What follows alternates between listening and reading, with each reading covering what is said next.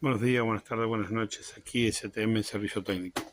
Hoy estoy con un lavarropa Lombí, que estamos haciendo cambio de estrella, rodamiento retén y el fuelle donde se rompió la estrella. Este pedacito va acá. Esto pasa por falta de mantenimiento. Por lo visto también hace un tiempito que está parado este lavarropa porque ¿ves? Está todo oxidado. Acá hay que cortar, gastarlo con la moladora, cortar acá arriba. Con esto es imposible sacarlo. Así que hace un tiempo que está parado. Se está oxidando el acero inoxidable. Y acá tenemos el exceso de jabón y un poco de todo.